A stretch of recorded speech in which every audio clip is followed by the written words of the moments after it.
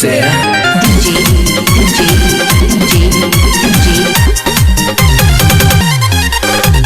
छीटा जवानी के जब जब ओढ़े सीधे करे जब चल जाई छोरे तकिया दबा के सुतब हम कैसे ए राजा बुझा हमार मजबूरी।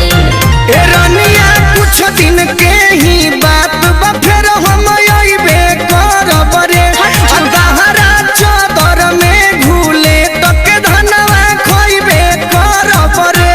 सुनो मरद बिना न मन मोरा मानी कैसे के रह पाए हम जी ना पाई। ए रानी रात भर कोरा में उठाइब हो हम साल भर के डोज देके जाइब रानी रात भर कोरा में उठाइब हो हम साल भर के डोज देके जाइब। खाली झूठ बोलते हो।